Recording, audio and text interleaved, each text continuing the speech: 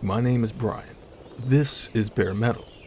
It's been a while since I've done a real deep dive into an individual game on this channel, so today's video will be a return to form. But this one is going to be slightly different.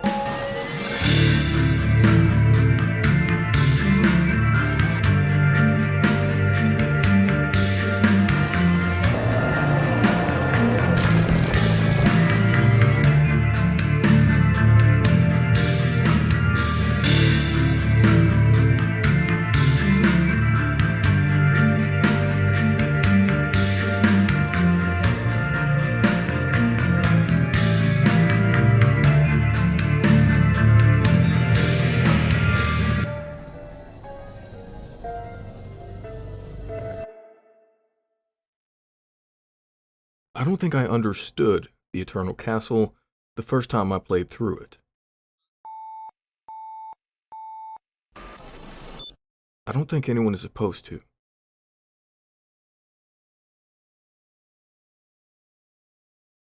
You might have heard me talk about this game before, but if not, allow me to explain.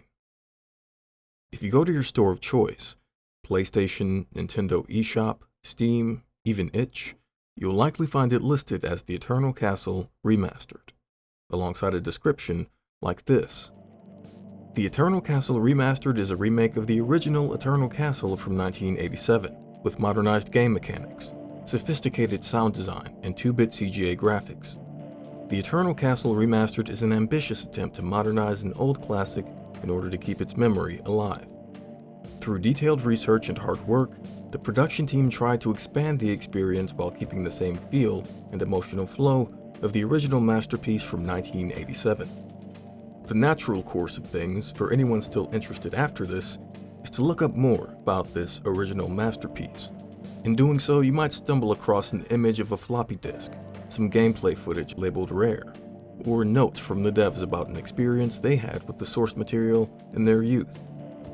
But along the way, a lot of people will all be asking similar questions. Where can you find the original game? Who was the creator, developer, publisher? Are there any reviews or articles or materials about it? Any record of this thing from the late 80s or early 90s? The most you'll find in this vein is the Internet Archive page for the game from 2016, 3 years before the Eternal Castle Remastered released.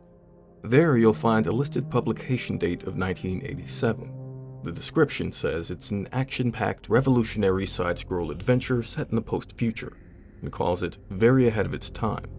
There are reviews tucked beneath this page discussing how the game is a classic in the league of Prince of Persia and Flashback. People will talk about booting up emulators to run DOS files that they found out in the wild that allegedly contain the original software. But eventually, someone always comes along to reveal the truth of it all. There is no 1987 version of the Eternal Castle. To those unfamiliar with alternate reality games or modern metafiction, this will be an uncomfortable discovery. It might feel dishonest. It is dishonest. The last time anyone went to such great lengths to fabricate something is when your mother asked me if I had plans after midnight last Friday. I still had bruises from the last time, and I wasn't going to pay for another trip to the ER. The American healthcare system is broken.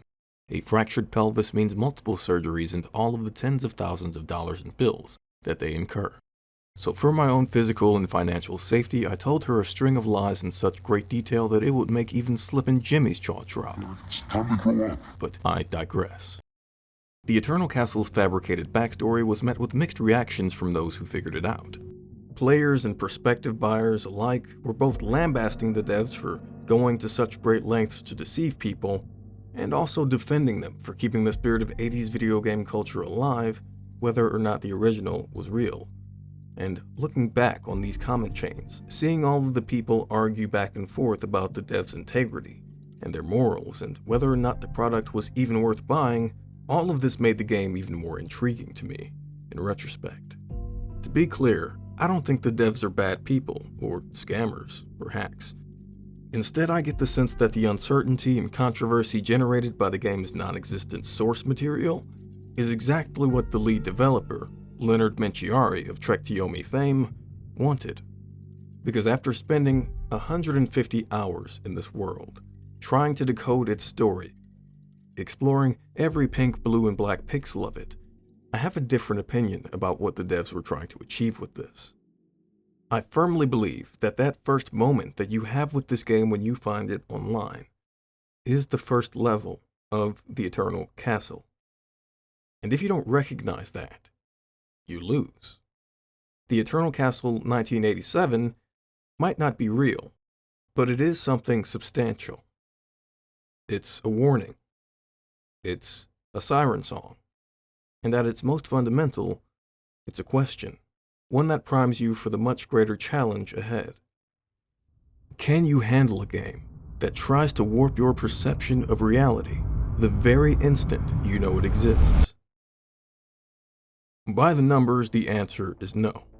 About 1 in 5 people who pick this game up ever get an ending. Less than 1% ever make it through without dying. 0.5% do so more than once, and to truly understand this world, you have to end the game at 100% completion and follow up with multiple additional deathless runs. I say that to give you the full context for what you're about to hear and how absolutely Donkey Kong-ass bananas it is. I have completed 10 New Game Plus runs of the Eternal Castle, with each one growing progressively more difficult. I also somehow got the Steam World Record for fastest permadeath speedrun, but that's beside the point. I wasn't even trying to do that. It just happened in the middle of a bout of psychosis. Anyway, this wasn't for no reason, but it certainly wasn't for bragging rights, because that's time I can't get back, and a lot of other wonderful games that some of you have developed that I can't play with it. But it did help me unravel this captivating story that is unlike anything I've experienced before. Also that I could share the full experience with you. While I'm not the first person to talk about this game, I think I may have seen and done and documented more of it than anyone else you'll find out there. I even went through the trouble of buying and reading through the user guide and art book, which, yes, is a real thing. It's structured like a comic book or storyboard, and even contains narration or internal monologue from the main character. While I won't be going through every sentence of that, I think there are some lines that add decent color to the story, so I'll be incorporating them as well. All of that being said, while I try to normally avoid spoilers, there's no way around it this time. Not if I'm truly going to explain how this obscure game captivated me, because it's time to talk about the many unrealities of the Eternal Castle.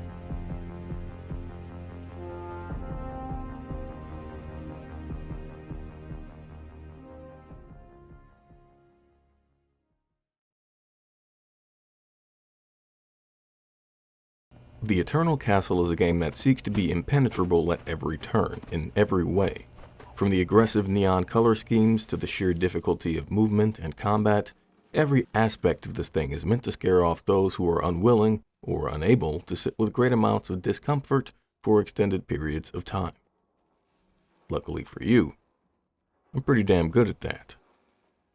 Even the story is presented to you in a less than accessible way. The most context it gives you at once is an almost unreadable wall of text that, even to those patient enough to decipher it visually, says very little. The game loves the idea of forbidden knowledge, and this is one example of that. It likes to gatekeep you and mock you for not realizing you've been left out of the joke. So much so that the two playable characters you choose from are named Adam and Eve. The gameplay is the only thing affected by your choice in this moment. Adam is stronger and has slightly more health, whereas Eve has more stamina and is more accurate with ranged weapons. The game even has local multiplayer, allowing you and a friend to play as both. But whether you're Adam, Eve, or a duo playing as the two, The story remains the same, so for our purposes, we can call the main character the pilot. The pilot wakes up on a ship in Earth's orbit, far into our current millennium. This is after a span of time known as the Cybernet Society period, when humans expanded their presence beyond Earth and set up a satellite network of self-sufficient ecosystems in space. The game's namesake Eternal Castle was at the center of it all. There, hidden away within it, the system that powered the Cybernet Society made the bold new era possible, serving as the heart, mind, and soul of post-Earth humanity. To those left behind, the prosperity among the stars wasn't reflected in life on the homeworld. Several catastrophes ravaged the Earth, and society crumbled under their weight. Climate collapse, nuclear war, and terrorism were all contributing factors to the planet's decline. And while it's unclear what triggered it, eventually, the connection between the castle and the humans in space was severed. The satellite system was left broken.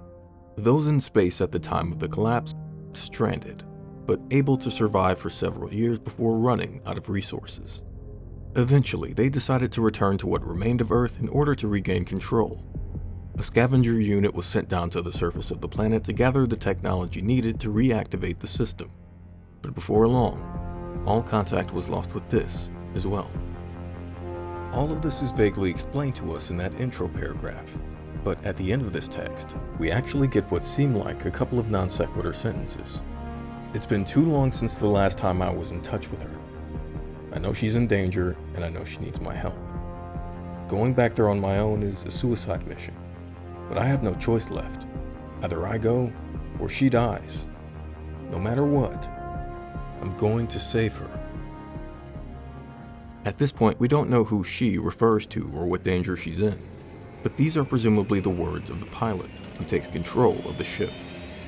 They fly it down into the atmosphere toward the castle, but before it can arrive at its destination, it gets shot down.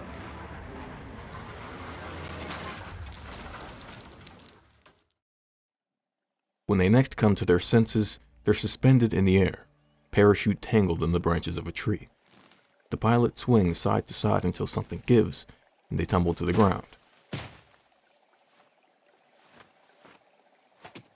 From here, the goal is to find where the ship crashed. As you gain control, the game itself is hardly any more inviting to look at than the words that introduced it, forcing you to view everything in 2-bit CGA style. For most people attuned to modern graphics and gameplay, the look alone will be enough to scare them off. But the controls aren't much better, as both Adam and Eve, they're loose and heavy, and the consequences of your actions play out on the screen long after your inputs. Sluggishly climbing over broken walls, jumping across pits, and breaking through obstacles, the pilot approaches a building to find bodies, torn to shreds, swarmed by flies. Whoever these people once were, their stories came to a terrible and tragic end as they found themselves locked outside, victims of a standoff. In the aftermath of it all, we find a half-loaded gun on the ground. By shooting the keypad, you can unlock the door and enter, and though one might expect to find survivors of whatever happened here before, all we find is more carnage. Whatever did this left a trail of total destruction.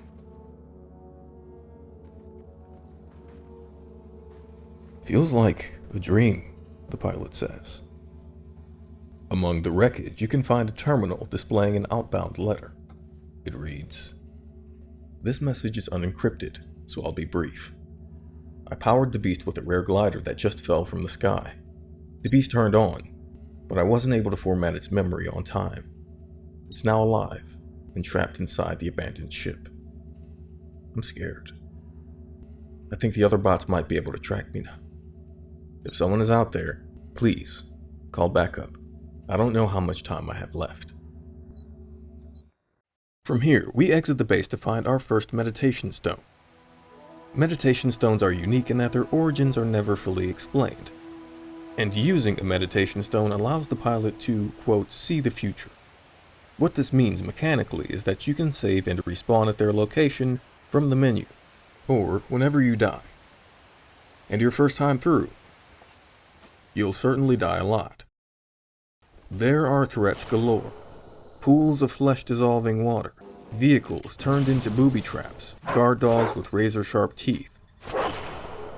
But if you make it past all of those, you'll find the last living human left in this place. A raider or squatter, maybe. Scared, angry, keeping you at a distance, at gunpoint. Get the fuck out of here! This place is mine!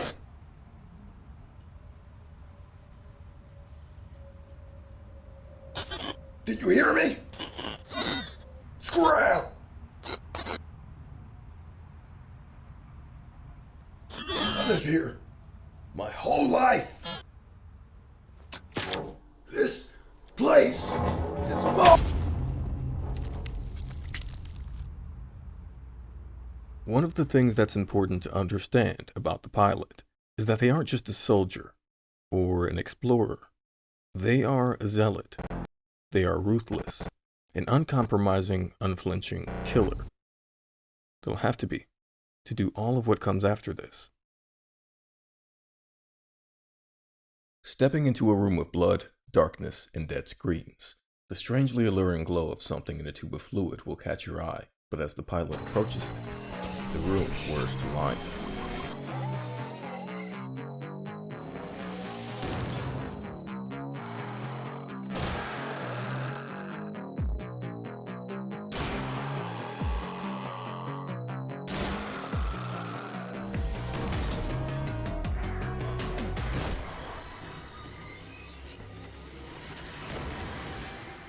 Congratulations.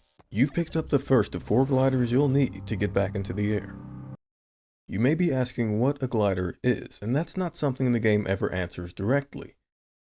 But through updates in the manual, we learn that gliders are unique elements with a property of perpetual motion.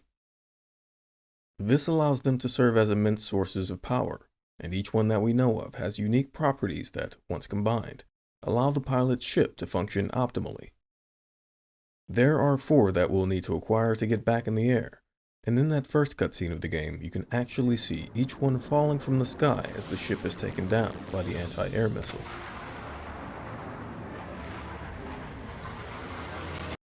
This one, which was plugged into the android Cyclops, is the teleport glider, but also knocked out of the ship were the aerospike engine, TPS element, and digital nanoelectronic gliders. The rest of the journey consists of tracking these down. Walking through the door to the next room, we get a glimpse of her for the first time. The figure of a woman twirling in the air, her whole form flickering what seems to be a distress signal in holographic images. At first she's tangled and bound, but then she breaks free. With a defiant, explosive clap as if to reassert power, and then she retreats, slipping into the jagged form of an uncanny structure.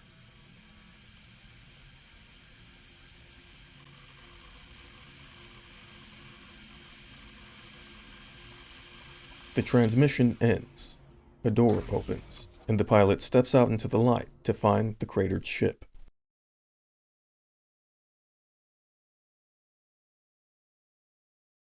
Looming on the horizon, we see the same structure from the hologram. The figure's message to the pilot is now clear. That's where they'll have to go to find her. Opening up a terminal in the cockpit of the ship, we get a diagnostic. The power level gauge reads 25%. In order to acquire the other gliders and restore this to max capacity, the pilot has to travel to 3 distinct areas and track them down. The ancient ruins, the forgotten city, and the unholy church, each of which have their own threats and obstacles, and demand that you rely on different skill sets to make your way through them.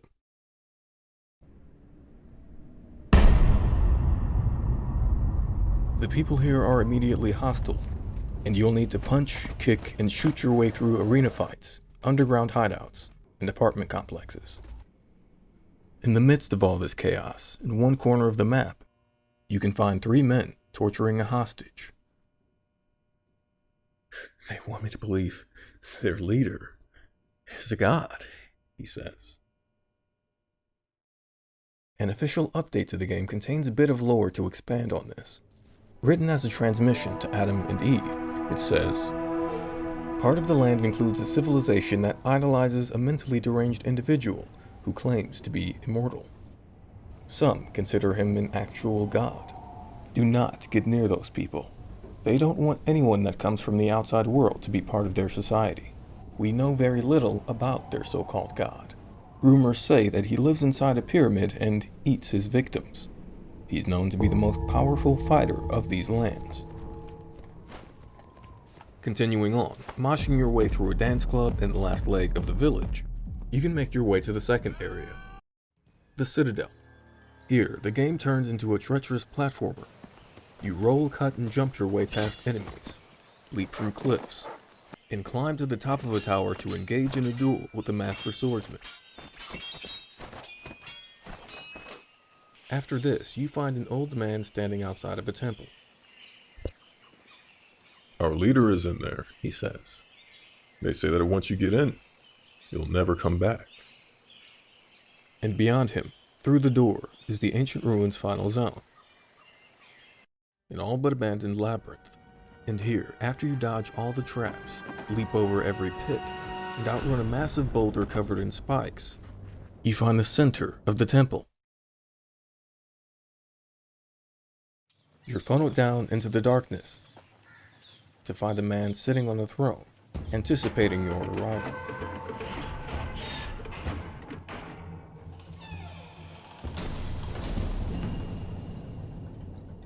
Before long, he shoots up into the air in supernatural fashion, and the fight begins. The pilot's internal monologue gives us a bit more on this encounter. "Once I fell down the pyramid, I found myself trapped and forced to fight the infamous god. Surrounded by cannibals, he danced his way around me while kicking and punching like a maniac. Soon after I killed him, his body exploded, revealing my missing glider. Once you acquire this, you're swarmed by a crowd of onlookers who emerge from the dark. But before they can tear you apart, you activate the teleport glider.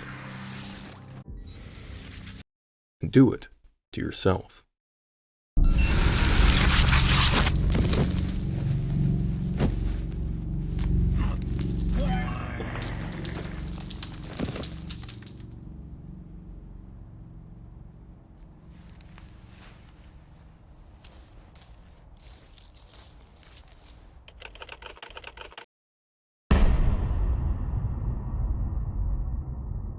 The Unholy Church is the shortest zone in the game, but it's no less dangerous or problematic than the others. We've detected unusual activity on the west side near an abandoned cemetery. It's unclear what's happening over there. All we know is that a chemist used to live there before. Our suggestion is to avoid that area at all costs. We cannot afford to send out another unit. This is actually a bit of an understatement. You start off at the edge of civilization, and you'll actually have to go through the cemetery to get to the manor that looms in the distance. And on the way there, you pass by countless warnings scrawled on the walls, like "hide" and "no coming back." As you meet the gates of the graveyard, a cold breeze creeps through your skin. Between headstones and dead trees, you find strange and ghoulish creatures lurking in the dark.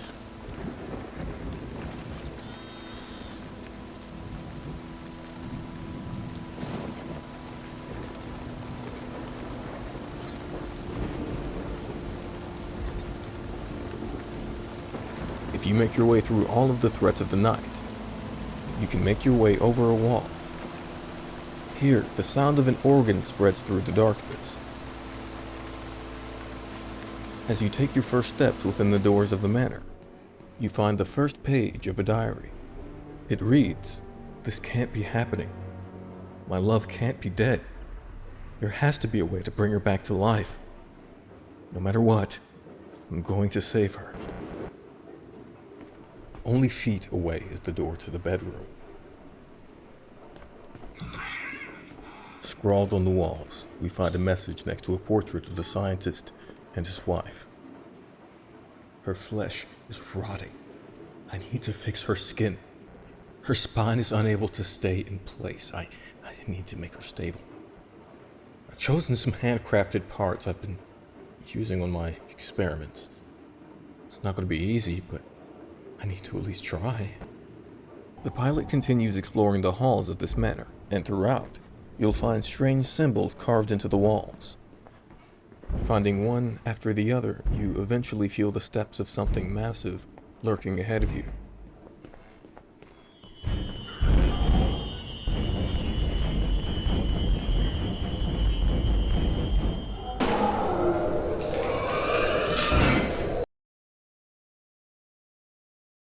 If you manage to defeat it and explore the area, you can learn more about what this thing is, and how it became the monstrosity that you see before you. Amidst the books on a nearby shelf, we find a second page of the scientist's diary. Day 10 of his notes says, "Now I know that my baby doesn't kill you. It just makes you stronger. After injecting my baby into his veins, I locked him inside the house, and I left him screaming for days. He can't read the signs on the walls, and because of his stupidity, he's going to starve to death. I will soon get my revenge. My brother deserves to die because of what he did to her." At the end of the hall, we find a computer bearing the same symbols we found in the halls before, this time in a slightly different order. By arranging them correctly, we can progress, though not as one might expect. Falling into a vat of strange liquid, the pilot's body begins to take on a warped form. Before long, he becomes something like the things haunting the cemetery before, something like the monster in the halls above. The walls are lined with bodies of even more test subjects yet to change. The pilot becomes disoriented, losing control of their body. They screech strange noises in place of words.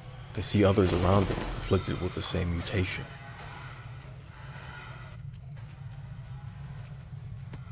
If you make it to the end of this place and smash a terminal, all hell breaks loose.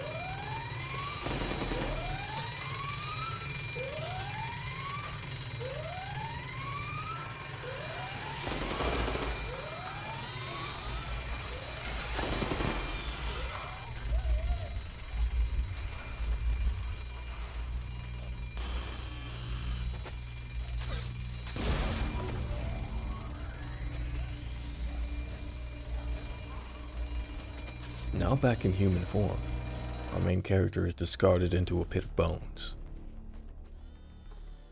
Here, a hall of turrets is set up to finish the job and kill any surviving test subjects. But if you get past them, you can solve the puzzle and break free from this place once and for all.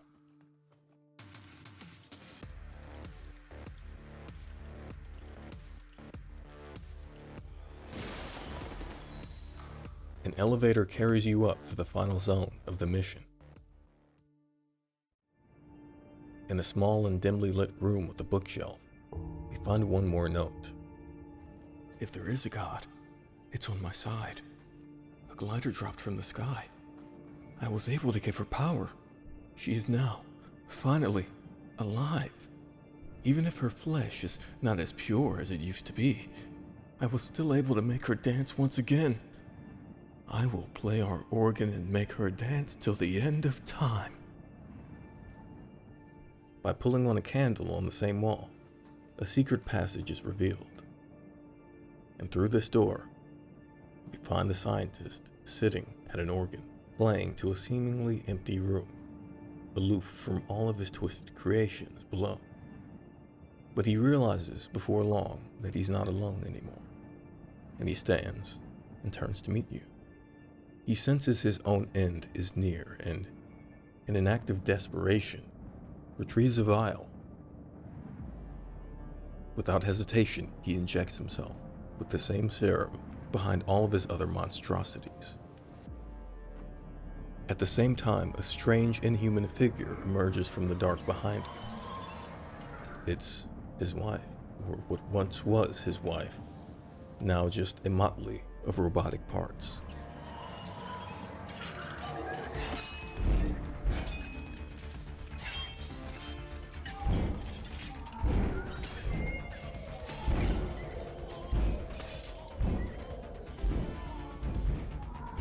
By defeating her, you can finally leave this place.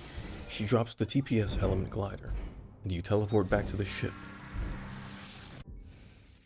One step closer to the Eternal Castle.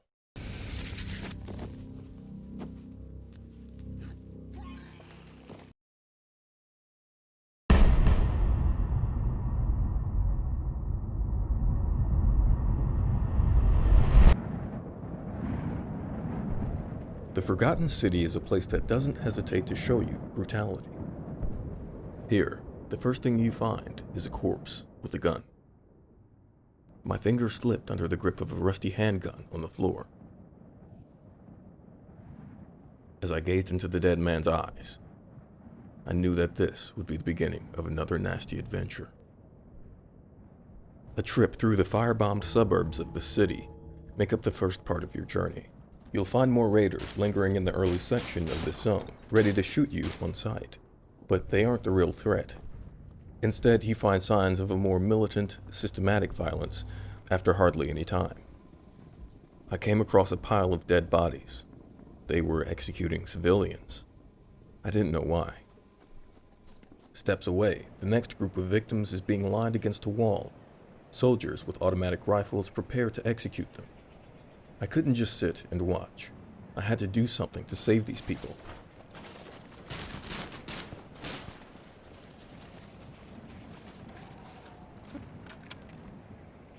Hopefully, I could guide them to safety. I climbed the ladder as they followed my lead. You help the group overwhelm their captors, and eventually, the survivors scatter. But in the floorboards of another distant house, you find a local hiding from the invading forces above. Shh, He says. don't let them hear you. It's safe down here, away from the binary scourge.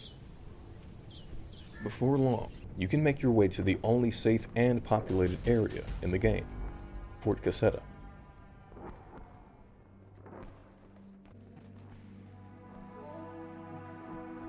The update transmission regarding this zone is perhaps the most enlightening.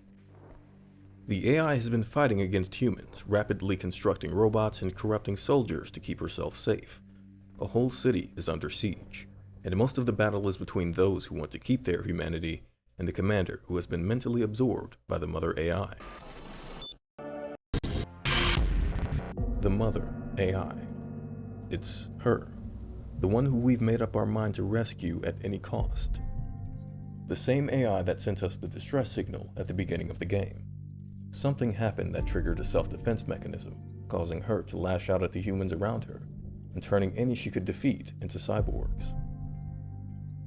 Now, she's gone haywire, threatening even you in this feral act of self-preservation.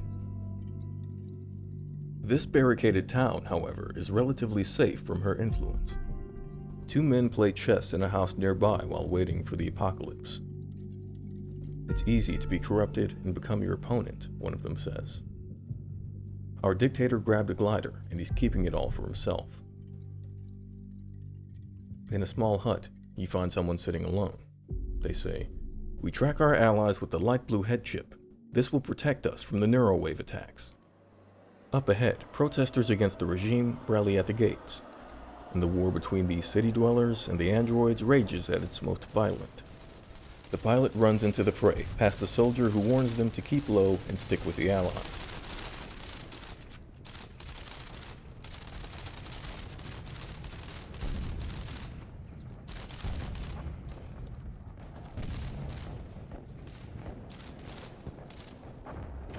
And in the war zone ahead, the pilot leads the charge against the AI's binary scourge minions.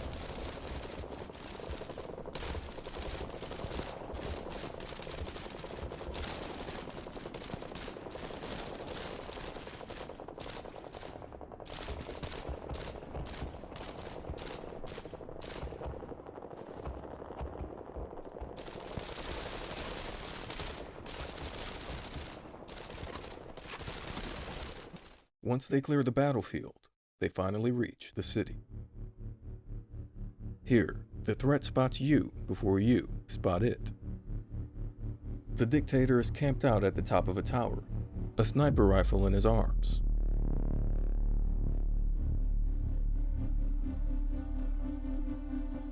Knowing somehow that they've arrived, he takes aim at the pilot. To avoid his attacks, you'll have to keep moving, but other androids block your path.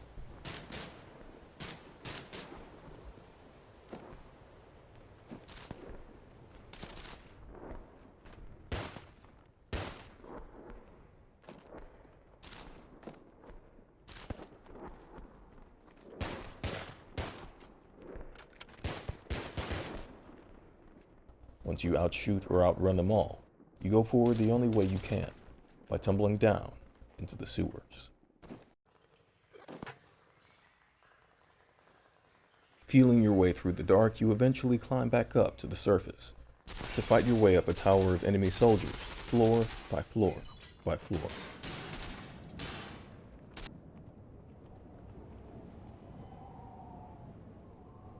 When you enter the sniper's nest, he scrambles away.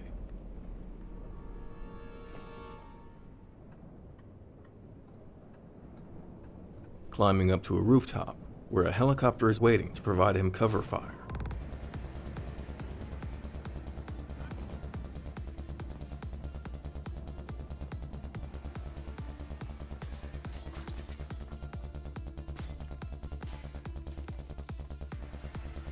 You'll have to chase him, jumping over gaps between buildings, in a life and death race to the edge of the world.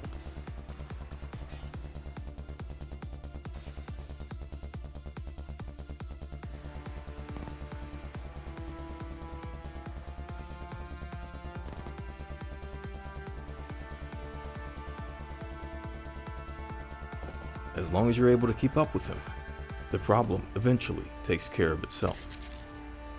The last glider you need is now back in your possession.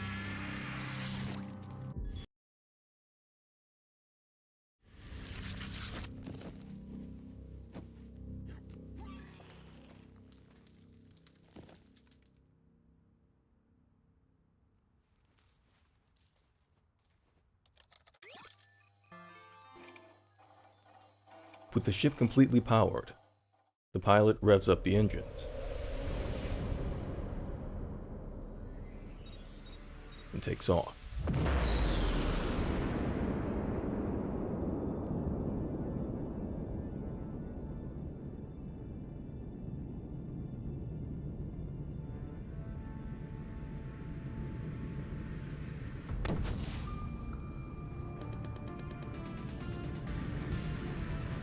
Here, the Eternal Castle begins to feel like a completely different game. You gain control of the ship, and you have to fly up and down, dodging lasers from the castle's defense system. Once again, the controls feel heavy, making this extremely difficult.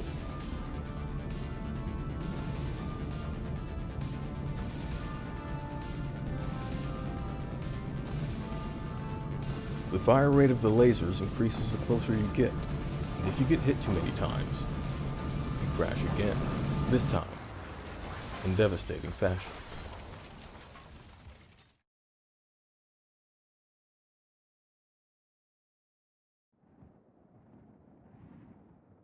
The vision.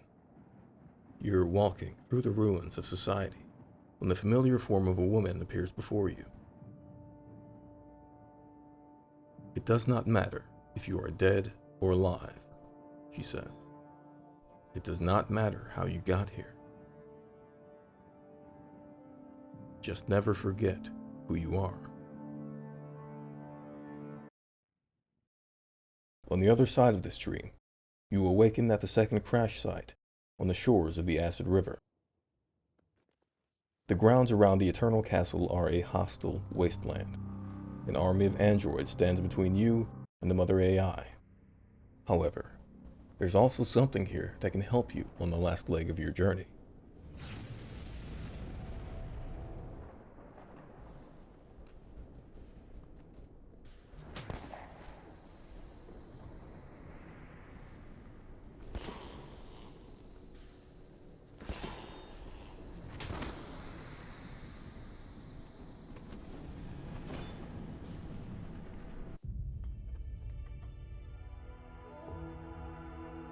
Past the army of cyborgs, sentient spider-like landmines chase you in the dark.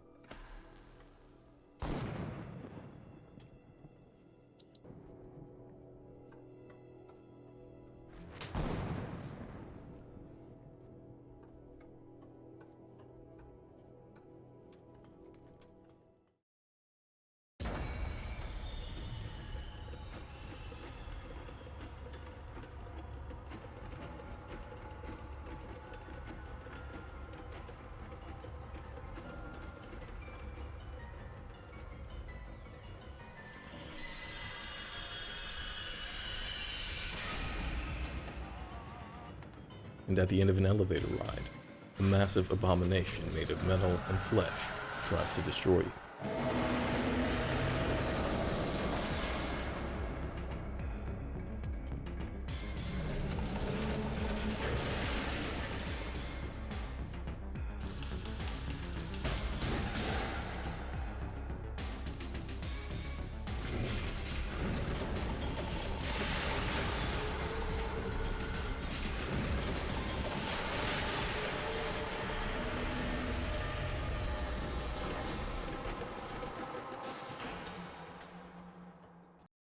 But once you make it past all of this, you find yourself in a chamber, the final area of the game. Here the walls are lined with hundreds of human bodies, each suspended in fluid and locked in place.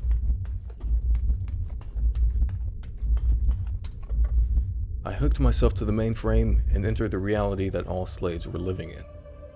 She then subtly appeared just like a goddess from above.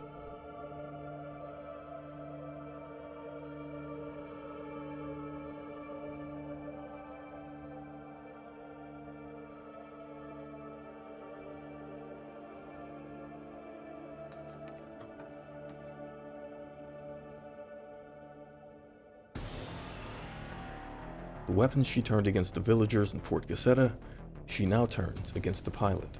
The AI floats around the map, shooting waves of projectiles during suspension, and in later rounds, summons clones to fend you off.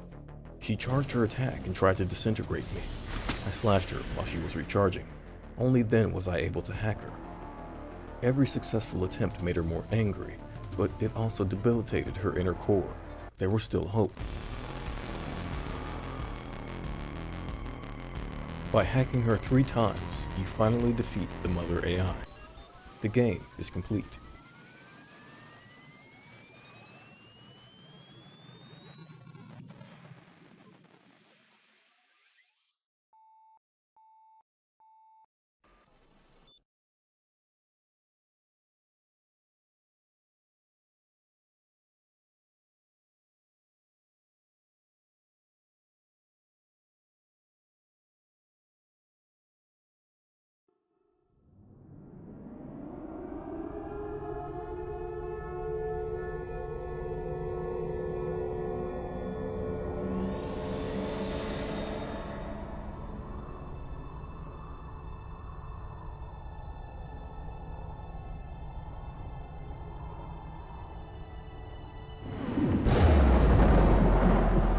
A beam shoots out into space, connecting to a satellite, and the Cybernet Society is reactivated.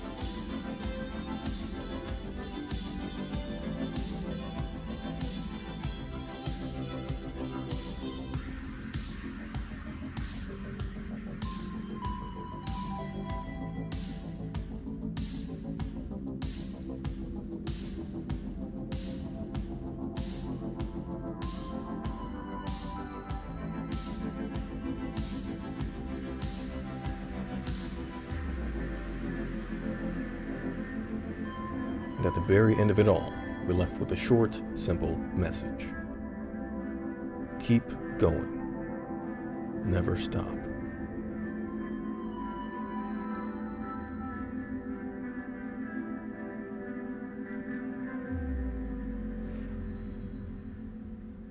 That's the story I encountered my first time through the Eternal Castle. Certainly a lot, isn't it? I thought so. But it's not the full story. There's more. A lot more.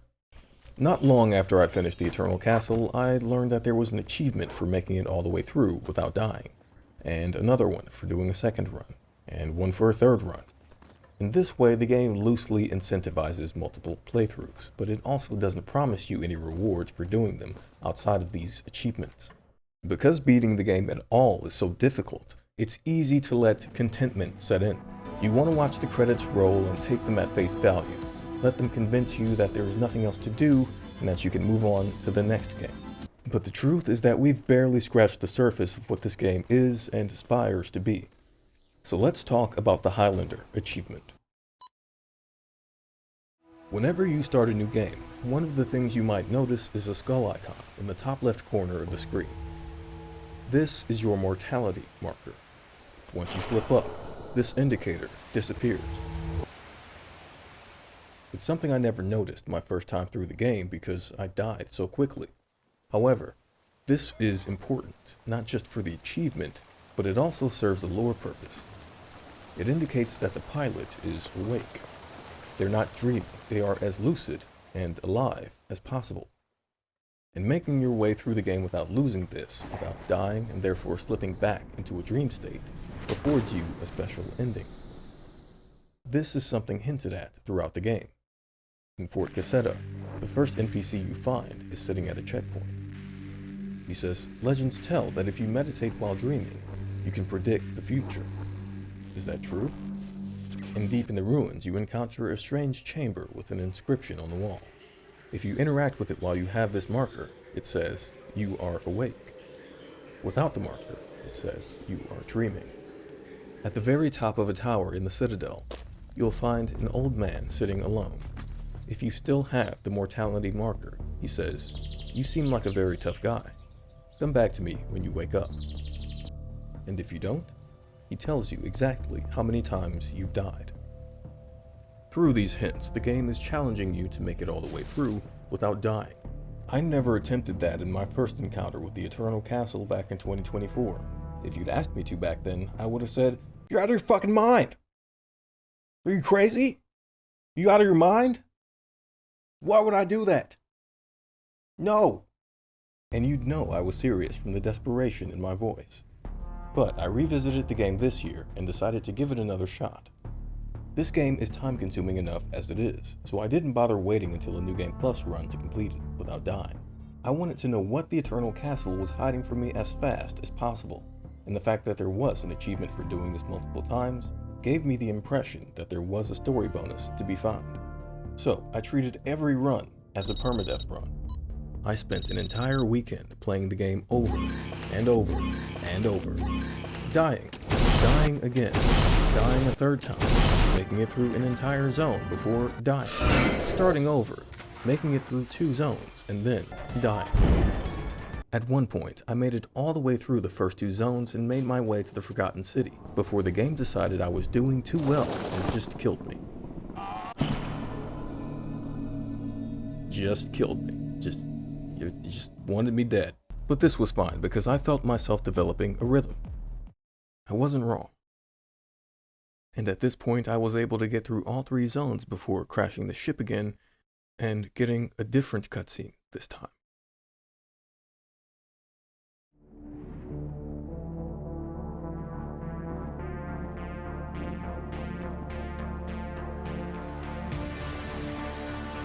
You are close. I can feel it. I will not fail you now.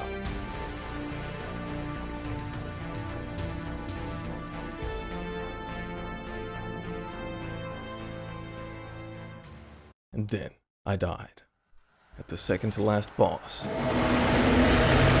But eventually, I overcame all of these challenges, taking out every enemy, defeating every boss, until I clawed my way back into the Eternal Castle, jacked into the mainframe, and faced the Mother AI for what would be the final fight I'd ever need to fight. And I got fucking bodied. Hopefully this repetition illustrates the frustration that I felt as I tried to get through this game in a single run, and the pure relief and joy that I would feel when I actually managed to do it.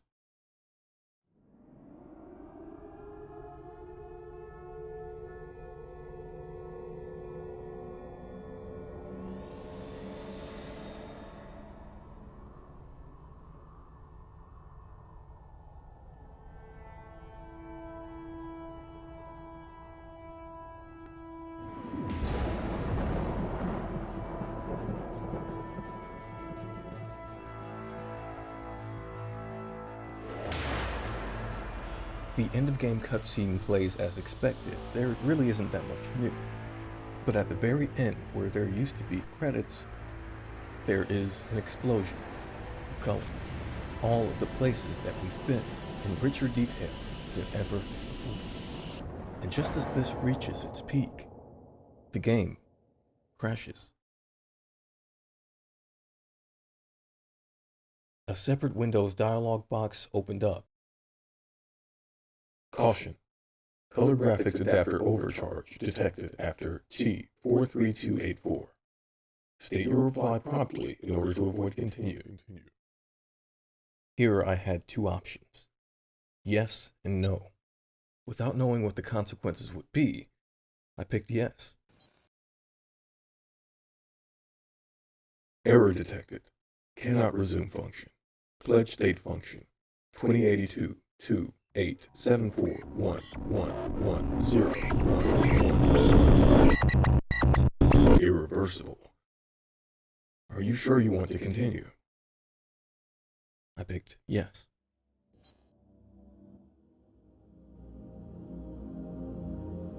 Please enter your name.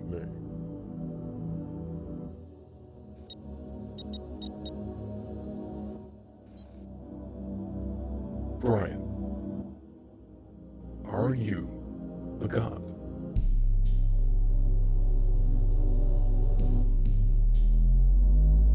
For reasons I can't describe to you, I felt compelled, in this moment, to show humility and respect to the game. So I picked no. Your mortality defines you. After this point, it didn't give me the option of picking yes or no anymore. It just let me pick okay.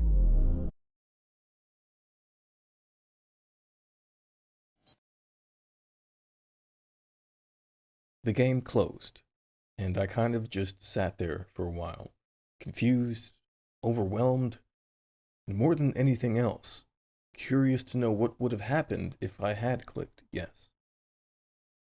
But it was clear at that point, the only way to know for sure would be to do it again. So I did it again. All of it.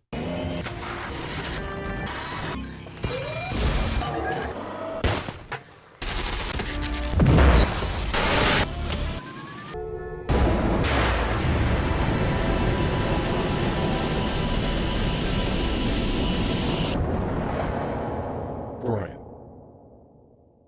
Are you a god?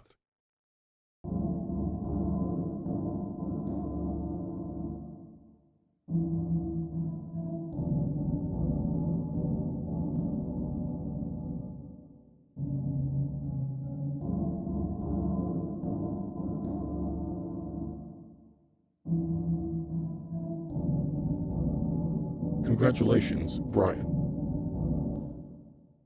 You are now immortal.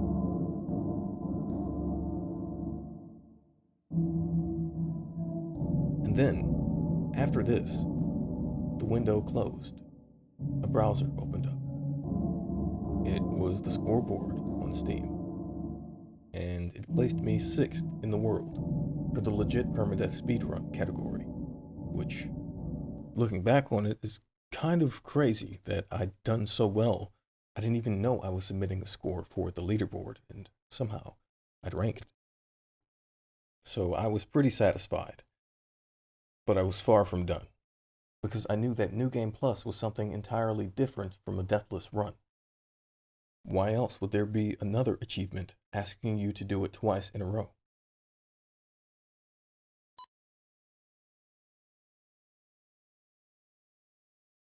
The thing is, New Game Plus changes the rules around this mortality marker a little bit.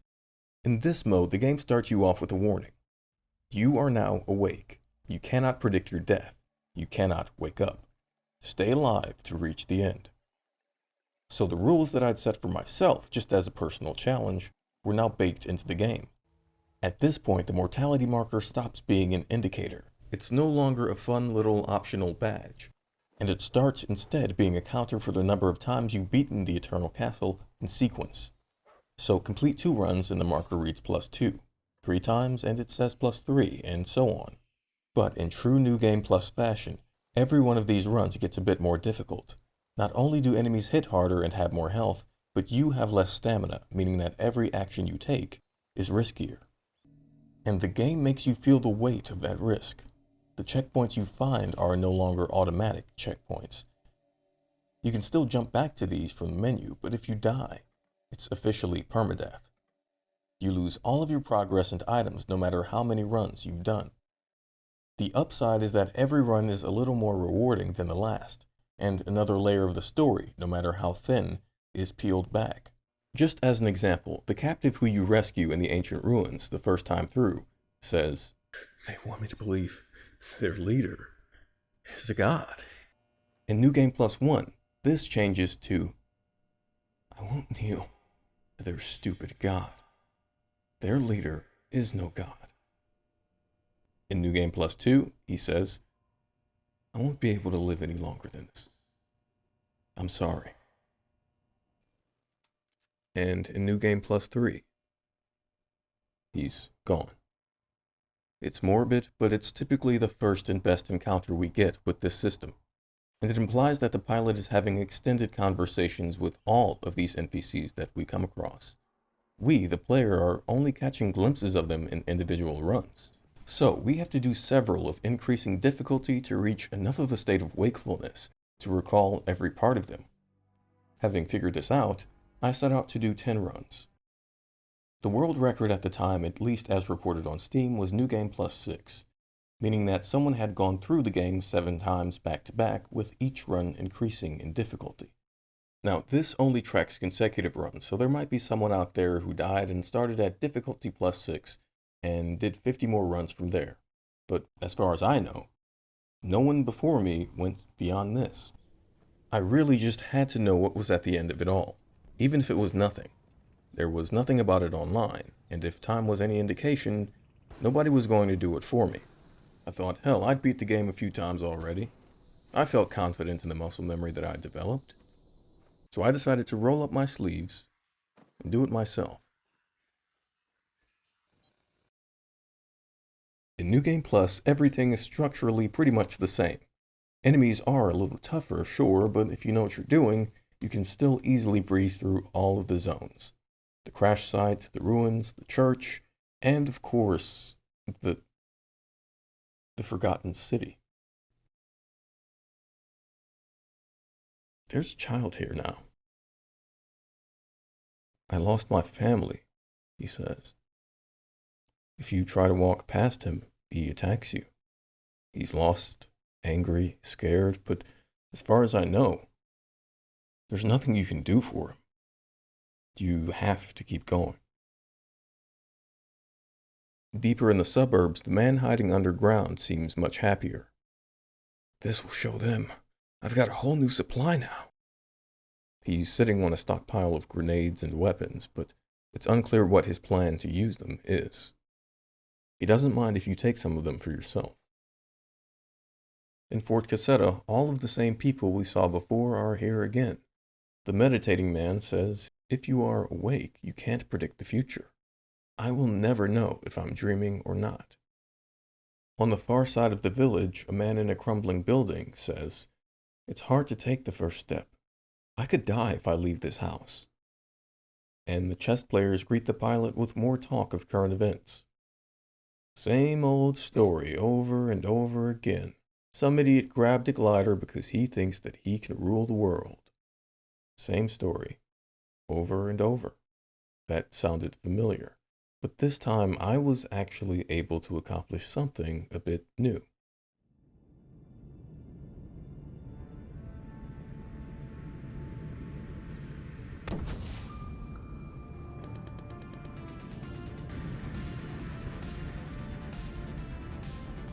Once the time came for me to fly the ship to the final zone, I was able to dodge enough of the lasers to finally reach the Eternal Castle.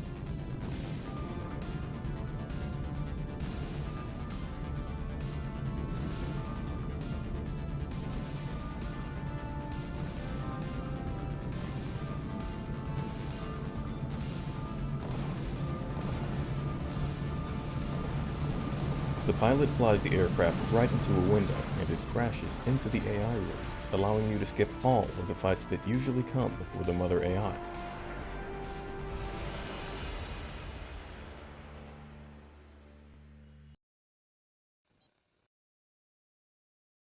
Memories start to blend together with dreams.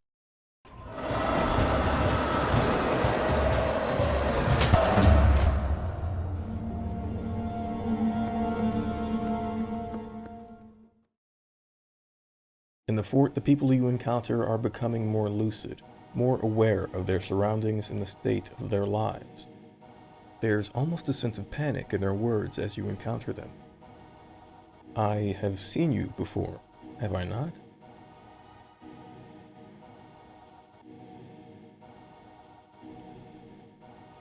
How long have we been playing? I made up my mind.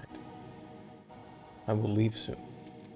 Once you hear from all of your friends here again, you can forge ahead to fight the same battle you did before. But this time, knowing that the upcoming zone is mostly ranged combat, you also have the opportunity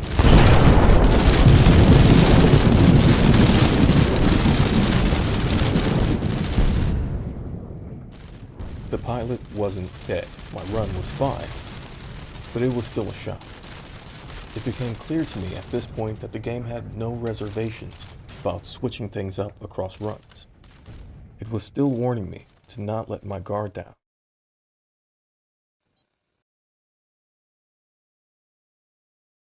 Remember those gliders I was telling you about earlier? The ones you need to power up the ship? You might recall that there are 4 you have to get to start it up, but there aren't just 4 in the game. There are actually 5. The Eternal Castle just doesn't tell you that you need to get the last one. This final glider is broken up into 30 fragments scattered across the 4 zones of the game. Some of them are hidden pretty far out of the way. Others are deceptively close, like right behind where you start the game. There were a couple that I still struggled to find, but if you scour the ends of the earth and find at least 28, you get a new cutscene after you fly to the castle.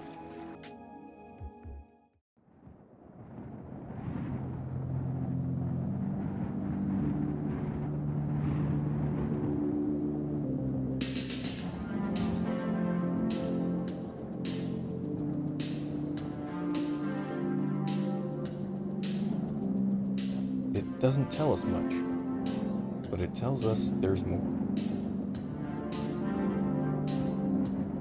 It tells us to keep going. I couldn't believe it. 4 runs in, back to back, no deaths, and now, suddenly, something broke. All of the sweating and stressing and button mashing that got me through the last 3 runs had failed me. I thought I'd gotten into a rhythm. I thought I'd mastered the game, every action perfectly rehearsed, every key to success baked into my muscle memory, and it still shot me down like a fool. The difficulty had been cranked up higher than mere habits were able to overcome, and as I died, I was pretty pissed off. It felt like the game had suddenly punished me for doing exactly what it taught me. It felt unfair. And if there's one thing that a decade's worth of Souls-likes taught me, it's that when a game starts to play dirty, there's no shame in you playing dirty too. So before the game over screen creeped in, I tried to cheat the system. I shut off my PC, hoping that whenever it rebooted, I'd be able to pick up at the last checkpoint. But when I started the game back up, something weird happened. I tried to load a save file,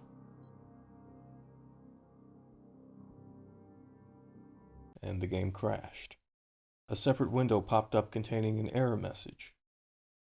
I thought this was just a bug, or at least that's what I hoped, but I went back in and it happened again. Every time I tried to scroll down to the load option in the main menu, the game would just stop. And stubbornly, I didn't figure it out until I selected the option to start a new game. Lo and behold, all 3 of my save files were completely wiped. Gone. as if I'd booted up the game for the first time ever. The Eternal Castle punished me for trying to cheat it. This also ultimately killed my shot at taking the leaderboard for consecutive New Game Plus runs. I would never make it through the game more than 5 times back to back, so it was a little bit pointless in that regard, but it wasn't all bad. Starting from square one gave me the kick in the ass I needed to learn how to speedrun this game, because if I was going to get through New Game Plus 10, it didn't matter how, it just mattered how efficiently. So I took a break from New Game Plus, went back to standard New Game, and I got real goddamn efficient.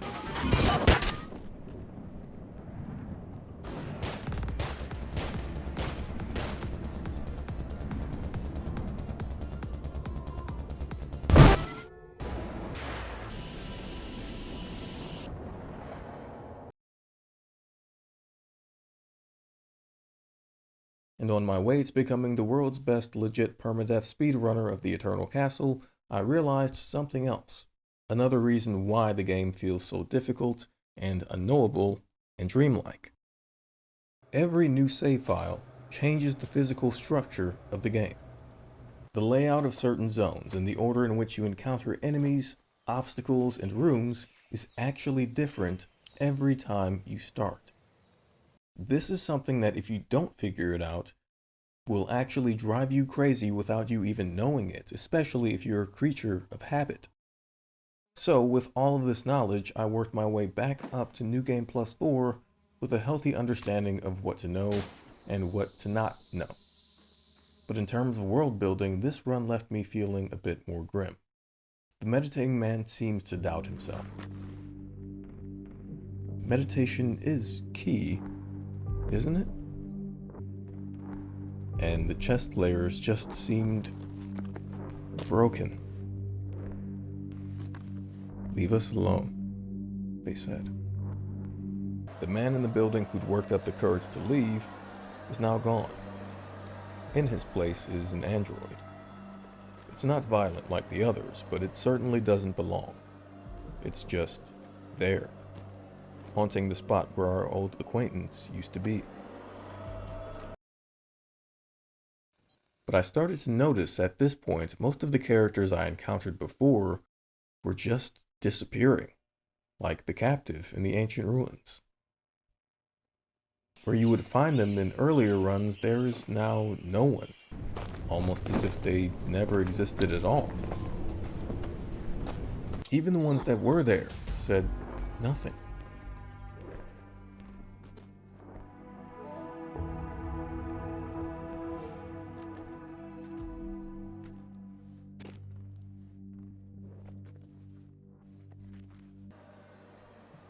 The world started to feel different, eerie.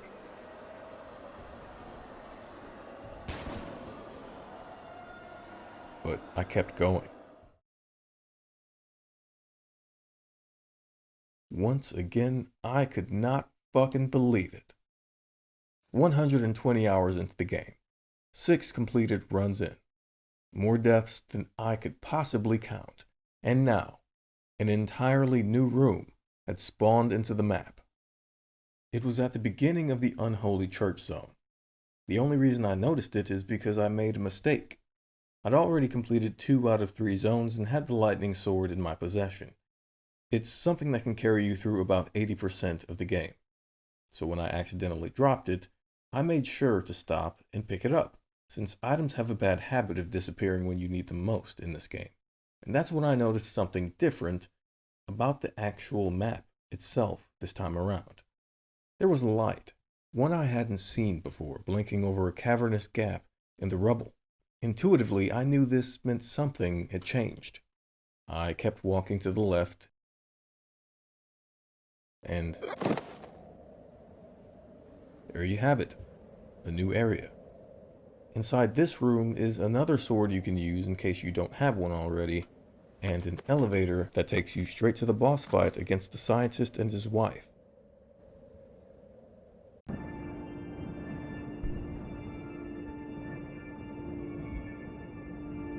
There weren't that many updates in the city this time around. The chess players still refused to talk to me. But the meditating man said something that sounded a lot like a goodbye. "I've been dreaming for a long time," he said. "Save yourself. Don't come back."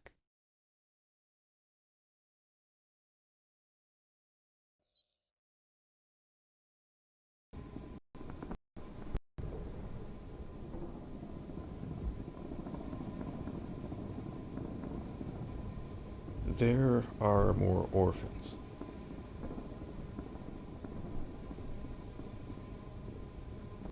But no one in Fort Cassetta seems to have anything to say to you anymore. I walked past them all, wondering if there was any point to continuing on.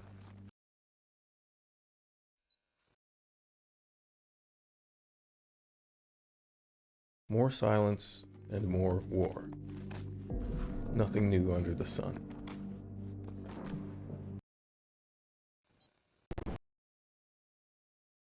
By now, there were very few NPCs in the game who hadn't disappeared. Most of the ones willing to talk to me had long since blinked out of existence. But there was one who said more and remained longer than almost all of the others. One I haven't talked about yet. In the city, there's a man at a watchtower. You have to climb up to the very top of a building and jump over a gap to get to him. When you meet him in the first run, he's fairly quiet. All he says is, "Come back and I'll try to tell you what happened." He doesn't say when, and he doesn't tell you how to get back to him, so your only option is to loop through reality and meet him in New Game Plus One.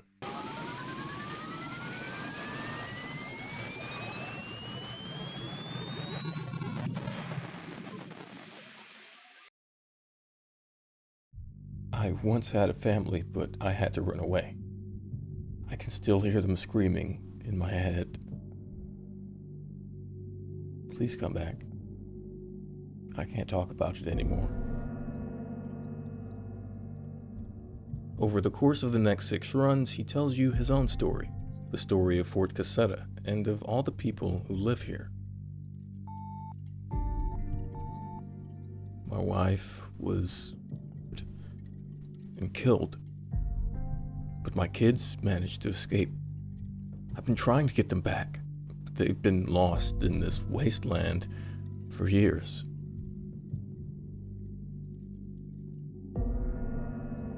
I found a military camp and geared up, ready to face hell in order to find what I was looking for.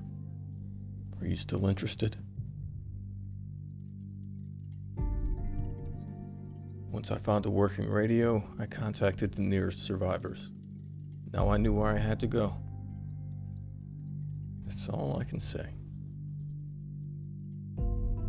I fought creatures, people, and robots. I lost many friends, but in the end, I survived. I guess that's why I ended up here. The castle keepers invaded our lands. They killed most of us. Only path is in hiding. How can we gather food and resources? We caught one of them, studied it in depth. They are definitely not human.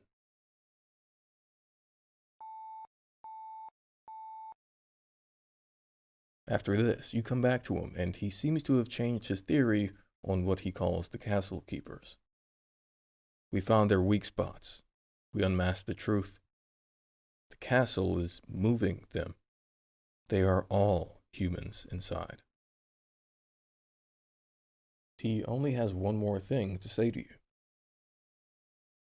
I never found my kids, but we're still fighting. I have this community, and before fading, we will always help one another. And with this, the chess players finally speak to you again too. I think we can do this. You're still here, aren't you? They know the odds have never been more against them, but they're still ready to fight.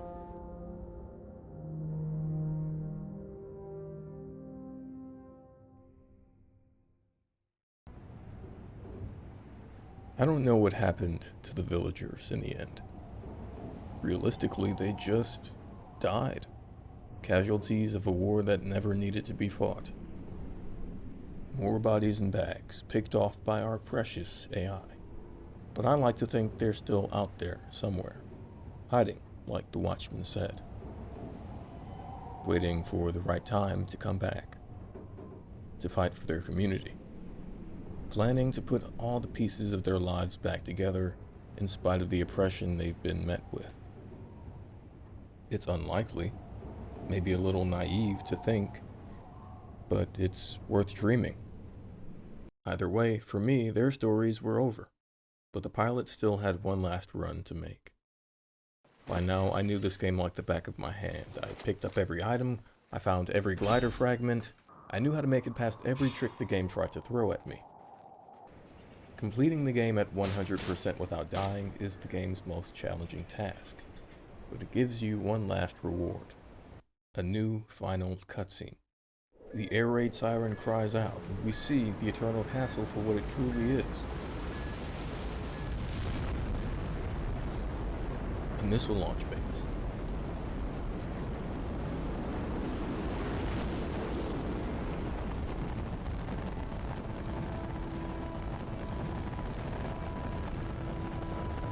We fly ourselves and the AI into space. And on the way out of the atmosphere, the pilot flips a switch, reconnecting the cybernet society in a way that is completely independent from the Earth. Planetside, we're shown a mushroom cloud where the castle once stood. Adam and Eve have saved everyone and everything that matters to them. And that is the story of the pilot.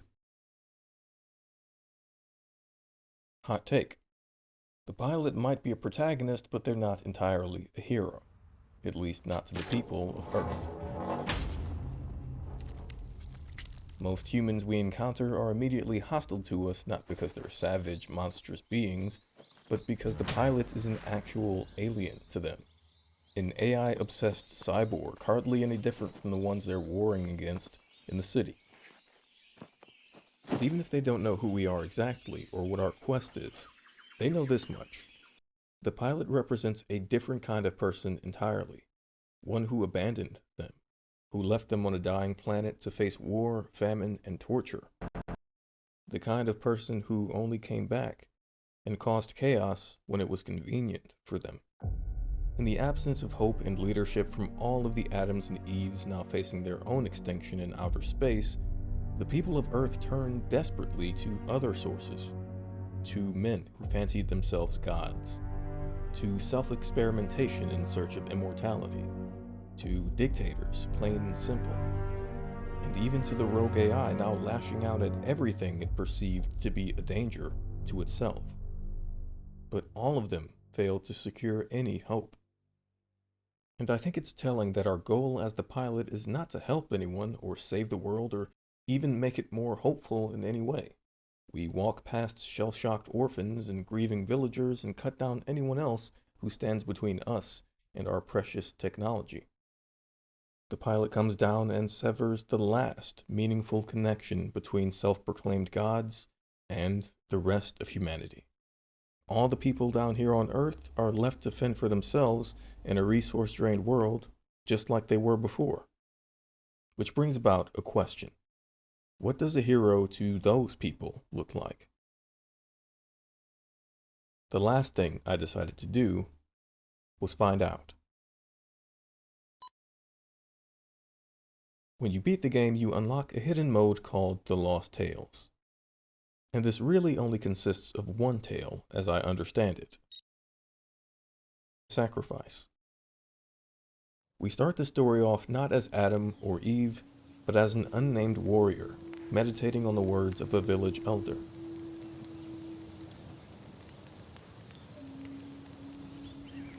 By entering the Iron Tower, you will be able to reach the gods.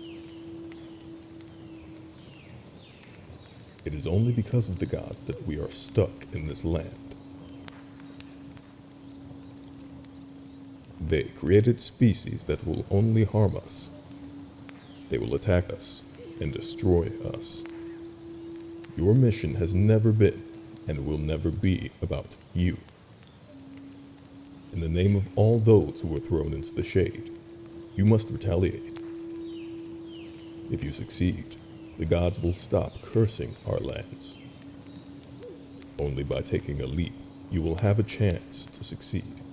Only as a warrior can you endure all the endless paths ahead. All you have is now. You could surrender, or you could do what no one else has ever done before.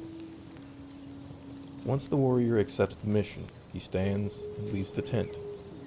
We enter a village which we can explore a bit. Here the people are friendly and happy to see you, but not exactly enthused about their current way of life. Adam and Eve. It's all their fault, one of the locals says. Far in the north from the village, farther than we've ever seen it before, is the castle and its surrounding regions. We won't be going there. Instead, we have to find something called the Iron Tower. Similar to the game's main structure, this journey is non-linear and extends across different environments. The first section is a bustling den of raiders. This ain't living, man. I'm just slaving away. Up there, man. Up there's where I want to be. You ever wonder what they're doing up there? We all know they're feeding us lies. Once you get past gunslingers and swordsmen, you step into a section of the map plagued by mutant alligator men.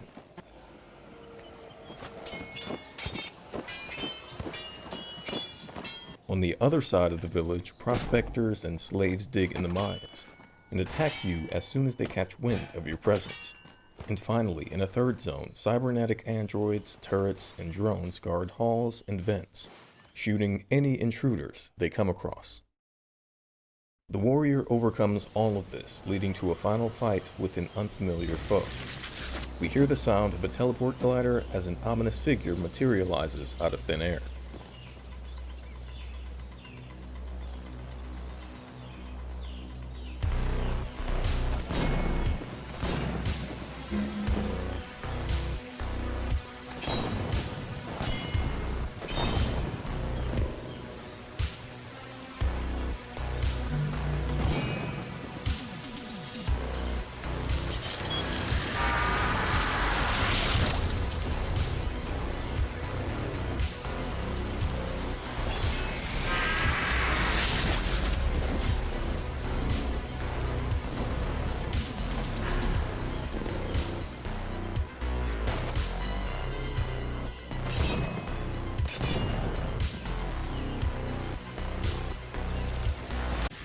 Best him once,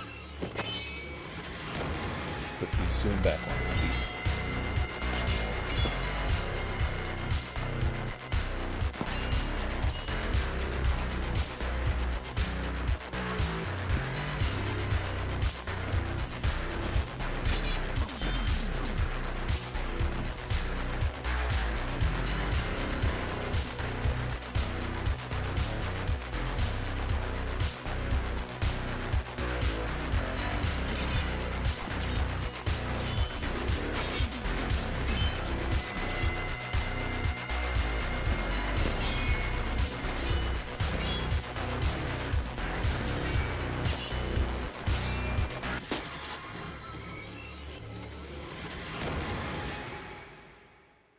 Just outside the doorway he guards, we finally find the Iron Tower.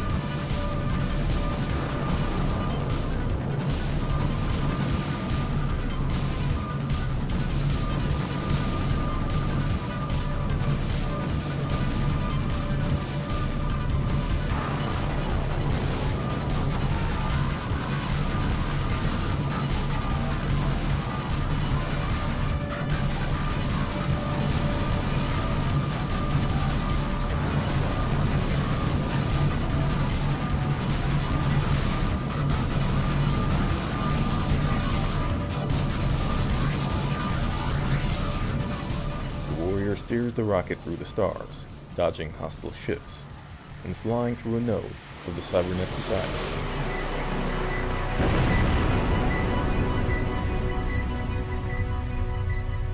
Severing the connection between the rest of the network.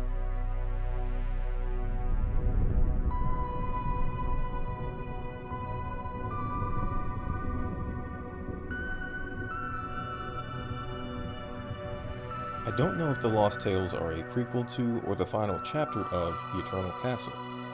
I think it makes sense either way, and I think it's proof that this world is much bigger than it seems at first glance.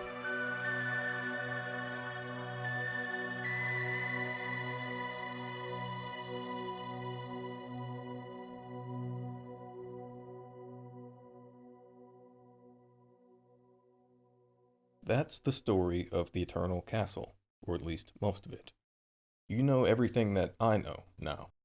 There are so many layers to this game, so many secrets and mind games that it plays with you, that it feels like it's been designed to remain a myth, or at the very least, guard its core mythos from everyone except those who give their absolute all. Sorry to the devs if I've ruined the fun by making a spoiler video, but there was no way I was going to go through all of this shit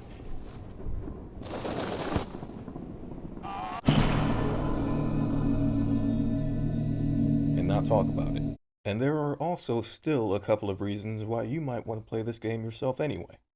First, I'm not a speedrunner. That's not the kind of thing I normally do for fun. But, as I mentioned before, I did earn the top spot on the legit permadeath speedrun leaderboard. I was stuck at number 2 for a really long time until I cracked the untold code and realized that in order to overtake the next person, you have to beat both their time and their completion percentage, collecting as many tools and glider fragments as possible as you boat through the game. Finishing the game without dying in under 30 minutes at 86% completion was enough for me to do that. And while there is a part of me that wanted to seal the deal and take the top spot at 100%, I don't know if I'm skilled enough to, and in the long run, that's not what gaming is about to me. However, 86% leaves a lot of room for the next person to come along and make one last mark on this game. And that could be you. Second, I don't know if I've truly figured this game out. I don't know if I've seen everything the Eternal Castle has to offer even after 150 hours, 10 New Game Plus runs, a deathless run of the secret Lost Tales mode, and a line-by-line tour of the game's art book. I mean, 7 runs in and I was finding brand new rooms. Who knows what you'll see if you go another layer deeper. And on top of that, I get the sense that there is an ending that I didn't get. It's something that's actually been nagging at me since I closed this game for the very last time. I think back to that final cutscene in the game, where Adam or Eve finally gains control of the AI, and she says her iconic line to you. It is never as it seems, is it? And in the art book for the game, we see this cutscene played out in ink as well. But there's something different about the version of the scene in the manual. There's another line of text, broken up as if she's meant to speak it to you, but it never appeared in any of the runs that I did. Beneath the glowing form of the AI, the user guide reads, "You came back. Bring me home." I feel like my own time with the Eternal Castle has come to an end. If there is a 5th or 6th secret ending, I've come to terms with the fact that I probably won't be the one to unlock it. But again, it could be you. The last thing I'll say is that I think there's a valuable lesson to be learned from this game. And it's important to hear in our world right now, since for a lot of good people, every day in the real world looks a little bleaker than the last. And that's when it seems like there's no point anymore. Keep going. Never stop. When the odds are stacked against you, keep going. Never stop. When things keep getting harder and it seems like you're running out of people to turn to, and you don't know what's real and what's not, when the world seems cruel and there are too many monsters to count, and you're fighting a battle that no one else seems to understand, sometimes, if you want something beautiful to come out of it all you have to do is keep going. All you have to do is never stop. Thank you for hanging out. I'll catch you guys in the next one.